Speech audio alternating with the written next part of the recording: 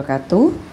Ya anak-anak, kita ke pembahasan selanjutnya di vibration, yaitu periode dan frekuensi. Oke, kita akan mulai ke periode terlebih dahulu. Oke, ya di buku paket kalian, periode di sini adalah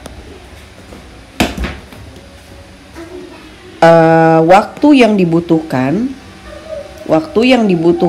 untuk satu kali bergetar, ya, one vibration, untuk melakukan getaran satu kali. Waktu yang dibutuhkan untuk melakukan getaran satu kali. Oke, jadi itu disebut dengan periode, ya. Dengan rumus adalah waktu dibagi berapa banyak periode yang terjadi. Jadi kita hanya butuh satu kali getaran aja, berapa waktu yang akan dicatat, ya. Periode di sini simbolnya T besar, ya. Ada beberapa buku menyimbolkan periode T besar, ada juga P besar, ya. Jadi terserah mau pakai yang mana, atau mau tulis period juga boleh, ya. Itu nggak masalah buat simbol periode. Nah, rumusnya adalah T kecil per N. N di sini adalah number of vibration atau banyaknya getaran, ya. Nah, sedangkan frekuensi adalah, ya, getaran yang terjadi setiap 1 detik. Berarti kebalikannya periode, ya. Frekuensi kebalikannya periode. Frekuensi adalah getaran yang terjadi setiap 1 detik. Kalau tadi waktu yang diperlukan untuk 1 getaran. Kalau ini berapa getaran yang terjadi tiap 1 detik atau per detiknya, ya. Jadi dia kebalikannya. Frekuensi adalah number of vibration per time. Nah, frekuensi simbolnya F kecil sama dengan N per T. N sama seperti periode tadi, N kecil number of vibration, ya. Dan T adalah untuk time. Oke. Nah, dari dua rumus ini kita bisa tentukan bahwa tadi periode kita T besar sama dengan T kecil per N, sedangkan frekuensi adalah N per T, ya. Jadi persamaannya antara frekuensi dan periode ini kan kebalikan, ya. Maka periode bisa dibilang 1 per frekuensi. Ini 1 angkanya, ya. Bu Rani ulang nulisnya. Jadi periode itu bisa disebut juga 1 per frekuensi, ya. Bisa disebut juga seperti itu. Dan frekuensi bisa disebut juga 1 per periode, ya. Jadi kita punya rumus persamaan baru. Jadi kalian nggak perlu menghafal kedua ini, tapi kalian tahu maksudnya, ya. Tadi period adalah waktu untuk melakukan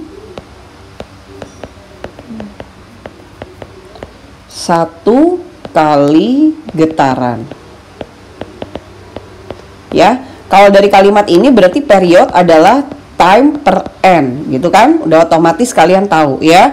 Bu, pakainya T besar aja, boleh pakai T besar. Bu Rani biasaan pakai P, ya. T besar per N, T kecil per N, sorry.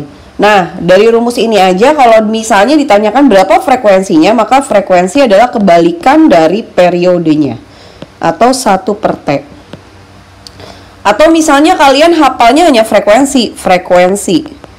Frekuensi adalah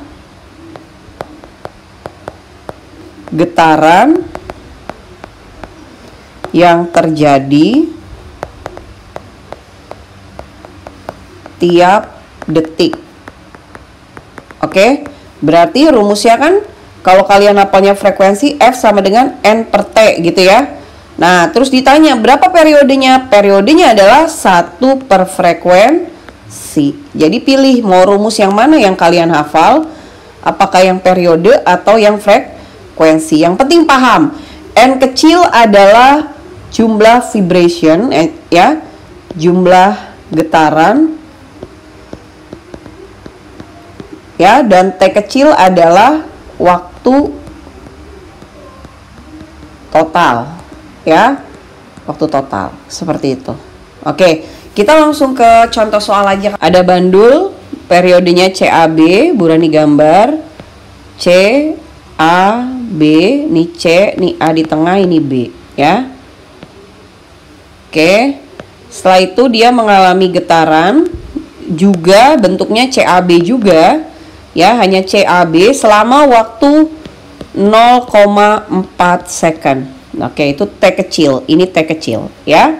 Determine period and frekuensinya. Yang ditanya periodnya berapa? Biasaan pakai P besar Bu Rani. Period dan frekuensi. F-nya F kecil ya. Kita cari. Nah, CAB ini ada berapa getaran? CAB ini ternyata baru setengah getaran. Kenapa? Karena setiap satu huruf nilainya 1/4 kan. Lompat satu huruf 1/4. Ini 1/4, terus ini ke sini juga 1/4. Berarti kalau 1/4 tambah 1/4 adalah 2/4. 2/4 itu setengah, ya kan? Dia baru melakukan setengah vibration. Oke, vibration. Nah, dari mana? Dari sini nih ya, baru melakukan setengah vibration. Oke, langsung aja kamu misalnya hafal rumus periode, berarti T per N sama dengan 0,4 dibagi setengah. Nah, biasakan 0,4 kita rubah aja jadi 4/10 dibagi 1/2 gitu, boleh ya nulisnya seperti itu. Sama dengan 4/10 dikali 2/1 sama dengan 8/10. Hasilnya 0,8. Apa? Second. Frekuensi periode itu satuannya second. Ya. Satuannya second. Sedangkan frekuensi, berapa frekuensinya? Frekuensinya kalian nggak usah nginget-nginget rumus N per T kecil lagi, langsung aja. Berarti 1 per periode sama dengan 1 dibagi 0,8. Ya, biasakan 0,8 itu jadi 8/10 gitu ya. Nah, satunya kan boleh 1/1 gitu, boleh ya. Sama aja. Sama dengan 1/1 kali 10/8. Sama dengan 10 dibagi 8 gitu. Ini kalau kita sederhanakan dia jadi 5/4 ya, 5/4 Hz. Hz. Oke. Ya, 5/4 Hz. Ya, buku sama ya, 5/4 juga ini hasilnya. 5/4. Tapi Bu ini pakai 0,5 Bu. Iya sama aja kan, kita pakainya setengah nih 0,8.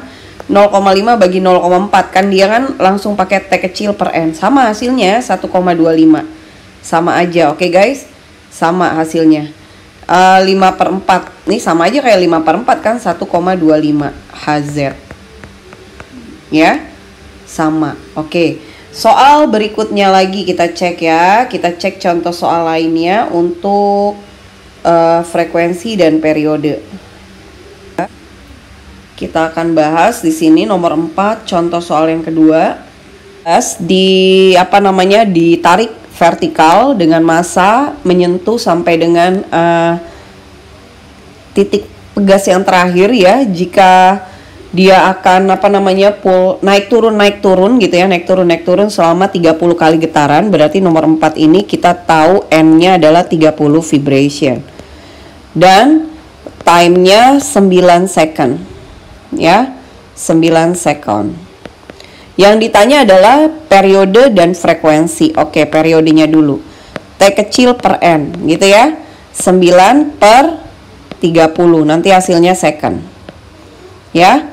Sama dengan kita sederhanakan bisa ya 3/10.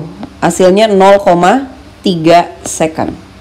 1 kali vibration yang diperlukan adalah 0,3 detik ya.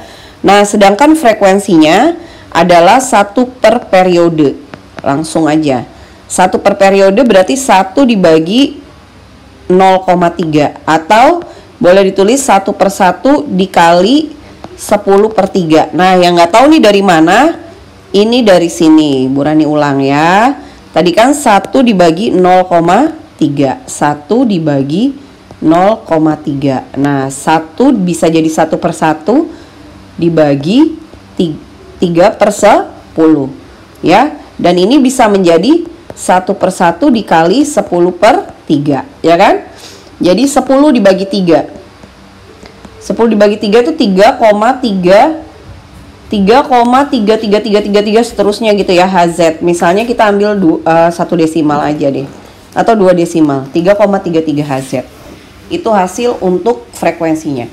Coba Bu kalau frekuensinya pakai cara manual, boleh. Frekuensi pakai cara manual. Frekuensi sama dengan N per T, N kecil ya. Jadi N kecil adalah 30/9 gitu kan. Sama aja kan, 30 bagi 9 ini 10/3 juga ya. 10/3 juga hasilnya akan sama seperti ini. Sama saja. Oke, bisa semua ya. Bu Rani rasa 2 contoh sudah cukup. Oke. Terima kasih sudah menyimak frekuensi dan periode.